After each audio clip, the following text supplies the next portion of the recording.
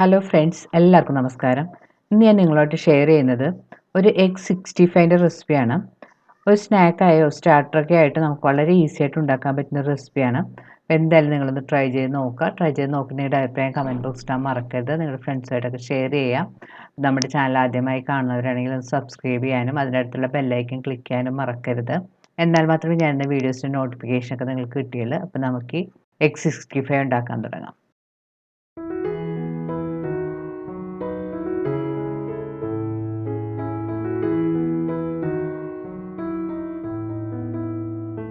Egg 65 ഉണ്ടാക്കാനായിട്ട് ഞാനിവിടെ 6 കോഴിമുട്ട എടുത്തിട്ടുണ്ട്. അത് പുഴുങ്ങി അതിൻ്റെ തൊലിയെല്ലാം കളഞ്ഞ് വെച്ചിട്ടുണ്ട്. ഇനി നമുക്കിതൊന്ന് കട്ട് ചെയ്തെടുക്കണം.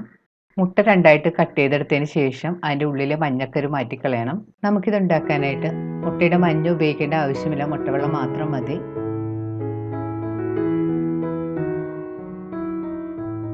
ഇനി മുട്ടവെള്ളം നമുക്ക് ചെറിയ കഷ്ണങ്ങളായിട്ട് ചോപ്പ് ചെയ്തെടുക്കാം.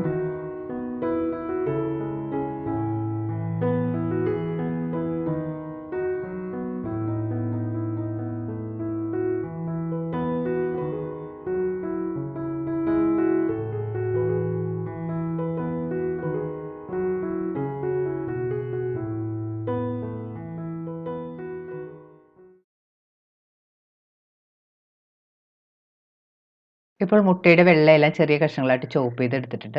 ഇനി നമുക്കിതൊരു ബൗളിലേക്ക് ഇട്ട് കൊടുക്കാം. ഇനി നമുക്കിതിലേക്ക് 1 ടീസ്പൂൺ ഇഞ്ചി ചെറുതായിട്ട് ചോപ്പ് ചെയ്തത്, 1 ടീസ്പൂൺ വെളുത്തുള്ളി ചെറുതായിട്ട് ചോപ്പ് ചെയ്തത്, 3 പച്ചമുളക് ചെറുതായിട്ട് ചോപ്പ് ചെയ്തത്, 1 ടേബിൾ സ്പൂൺ മല്ലിയില ചെറുതായിട്ട് ചോപ്പ് ചെയ്തും കൂടെ ചേർത്ത് കൊടുക്കണം. ഇനി നമുക്കിതിലേക്ക് 1 തണ്ട് കറിവേപ്പില ചെറുതായിട്ട് ചോപ്പ് ചെയ്തും കൂടെ ചേർത്ത് കൊടുക്കാം. ഇതിലേക്ക് 1 ടീസ്പൂൺ മുളക് പൊടി, 1/2 ടീസ്പൂൺ ഗരം മസാലപ്പൊടി, ഇതിലേക്ക് 1/2 ടീസ്പൂൺ വലിയ ജീരകം ഒന്ന് ക്രഷ് ചെയ്ത് ചേർത്ത് കൊടുക്കാം. വലിയ ജീരകം ചേർക്കുമ്പോഴത്തേക്ക് ഇതിന് പ്രത്യേക ടേസ്റ്റ് ആയിരിക്കും. ഇനി ഇതിലേക്ക് പാത്രമുള്ള ഉപ്പ് കൂടി ചേർത്ത് കൊടുക്കണം. ഇനി ഇതിലേക്ക് 1/2 കപ്പ് കടലപ്പൊടിയും കൂടി ചേർത്ത് കൊടുക്കാം. കടലപ്പൊടി ചേർത്തതിന് ശേഷം സ്പൂൺ കൊണ്ട് നന്നായിട്ട് മിക്സ് ചെയ്ത് യോജിപ്പിക്കണം.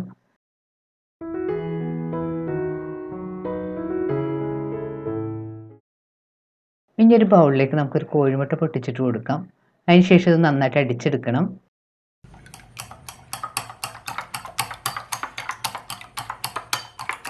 ഇനി അടിച്ചെടുത്ത മുട്ടയിൽ നിന്ന് നമുക്ക് ഒരു 3-4 ടീസ്പൂൺ മുട്ട ഇതിലേക്ക് ഒഴിച്ചു കൊടുക്കണം. അതിന് ശേഷം ഒന്ന് കൈകൊണ്ട് നന്നായിട്ട് മിക്സ് ചെയ്ത് കൊടുക്കാം.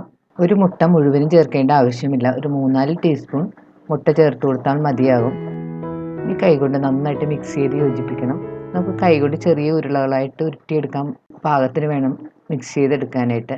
മിക്സ് ചെയ്ത് വരുമ്പോഴത്തേക്കും കൂടുതൽ ലൂസാണെന്ന് തോന്നുകയാണെങ്കിൽ 2-3 ടീസ്പൂൺ കടലമാവ് കൂടെ ചേർത്ത് നന്നായിട്ട് മിക്സ് ചെയ്തെടുത്താൽ മതി.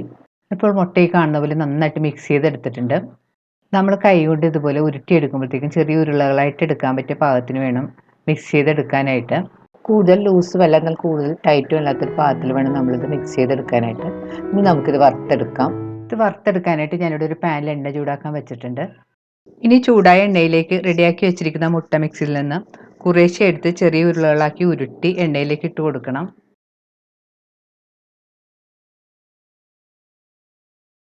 മുട്ടയിട്ടതിന് ശേഷം സ്റ്റവ് ഒരു മീഡിയം ഫ്ലെയിമിൽ വെച്ച് കുക്ക് ചെയ്യണം. എന്നാൽ മാത്രമേ എൻ്റെ ഉൾഭാഗമൊക്കെ നന്നായിട്ട് കുക്കായി കിട്ടുകയുള്ളൂ. മീഡിയം ഫ്ലെയിമിൽ തന്നെ വെച്ച് കുക്ക് ചെയ്യാൻ പ്രത്യേകം ശ്രദ്ധിക്കണം. ഹൈ ഫ്ലെയിമിലൊക്കെ വെച്ച് കുക്ക് ചെയ്തിട്ടുണ്ടെങ്കിൽ ഉൾഭാഗം കുക്കായി കിട്ടുകയുമില്ല, പുറമൊക്കെ പെട്ടെന്ന് കരിഞ്ഞു പോകും.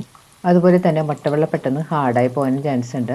ഇപ്പോൾ മുട്ടയുടെ ഒരു സൈഡ് മൂത്ത് പാകമായി വന്നിട്ടുണ്ട്. ഇനി നമുക്കിതൊന്ന് തിരിച്ചിട്ട് കൊടുക്കാം.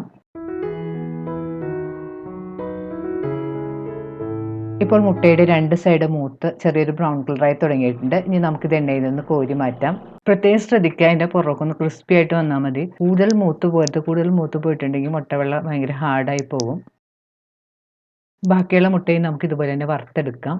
ഇപ്പോൾ എല്ലാ മുട്ടയും കാണുന്ന പോലെ വറുത്തെടുത്തിട്ടുണ്ട്. ഇനി നമുക്കൊരു പാൻ ചൂടാക്കാൻ വെക്കാം. പാൻ നല്ലപോലെ ചൂടായിരുമ്പോഴേക്ക് 2 ടേബിൾ സ്പൂൺ ഓയിൽ ഒഴിച്ചു കൊടുക്കാം. ഓയിൽ നന്നായിട്ട് ചൂടായിരുമ്പോഴേക്ക് 1.5 ടേബിൾ സ്പൂൺ വെളുത്തുള്ളി ചെറുതായിട്ട് ചോപ്പ് ചെയ്ത് ചേർത്ത് നന്നായിട്ട് വഴറ്റി കൊടുക്കണം. ഇപ്പോൾ വെളുത്തുള്ളിയെല്ലാം നല്ലതുപോലെ മൂത്ത് ചെറുതായിട്ട് കളറെല്ലാം മാറി തുടങ്ങിയിട്ടുണ്ട്. ഈ സമയത്ത് നമുക്കിതിലേക്ക് 1 തണ്ട് കറിവേപ്പിലയും 3 പച്ചമുളക് നീളത്തിൽ കീറിയതും കൂടി ചേർത്ത് കൊടുക്കാം. ഇത് ചേർത്ത് നന്നായിട്ട് വഴറ്റി കൊടുക്കണം. ഇനി സ്റ്റവ് ലോ ഫ്ലെയിമിലേക്ക് വെച്ചതിന് ശേഷം ഇതിലേക്ക് 1 ടീസ്പൂൺ കാശ്മീരി ചില്ലിപ്പൊടിയും കൂടി ചേർത്ത് വീണ്ടും നന്നായിട്ട് വഴറ്റി കൊടുക്കണം. കാശ്മീരി ചില്ലിപ്പൊടി ചേർക്കുമ്പോഴത്തേക്കും നമ്മുടെ എഗ് 65 നല്ലൊരു കളർ കിട്ടും. പൊടി ചേർത്തതിന് ശേഷം 1 മിനിറ്റ് നന്നായിട്ട് വഴറ്റി കൊടുക്കണം. ഇനി ഇതിലേക്ക് നമുക്ക് വറുത്ത് വെച്ചിരിക്കുന്ന മുട്ടയും കൂടി ചേർത്ത് കൊടുക്കാം. അതിന് ശേഷം നന്നായിട്ട് മിക്സ് ചെയ്ത് കൊടുക്കണം.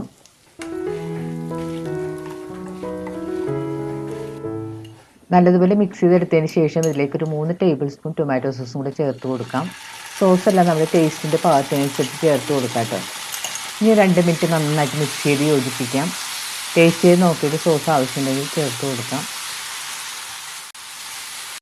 ടൊമാറ്റോ സോസ് എല്ലാം ചേർത്ത് നന്നായിട്ട് മിക്സ് ചെയ്തതിന് ശേഷം ഇതിലേക്ക് നമുക്ക് ചോപ്പ് ചെയ്ത് വെച്ചിരിക്കുന്ന കുറച്ച് മല്ലിയിലയും കൂടി ചേർത്ത് കൊടുക്കാം. മല്ലിയില ചേർത്ത് മിക്സ് ചെയ്തതിന് ശേഷം നമുക്ക് സ്റ്റവ് ഓഫ് ചെയ്യാം. വളരെ ടേസ്റ്റി, വളരെ പെട്ടെന്ന് ഉണ്ടാക്കിയെടുക്കാൻ പറ്റും നമ്മുടെ എഗ് 65 റെഡി ആയിട്ടുണ്ട്. നമുക്കൊരു സ്റ്റാർട്ടറോ അല്ലെങ്കിൽ സ്നാക്കോ ഒക്കെ ഇട്ട് കഴിക്കാൻ വളരെ നല്ലതാണ്. അപ്പോൾ എന്തായാലും നിങ്ങളൊന്ന് ട്രൈ ചെയ്ത് നോക്കുക. ട്രൈ ചെയ്ത് നോക്കിയിട്ട് നിങ്ങളുടെ അഭിപ്രായം കമൻറ്റ് ബോക്സിൽ ഇടാൻ മറക്കരുത്. നിങ്ങളുടെ ഫ്രണ്ട്സായിട്ടൊക്കെ ഷെയർ ചെയ്യുക. വീണ്ടും ഇതുപോലുള്ള സിമ്പിളും ടേസ്റ്റിയുമായിട്ടുള്ള റെസിപ്പി ആയിട്ട് നമുക്ക് കാണാം. താങ്ക്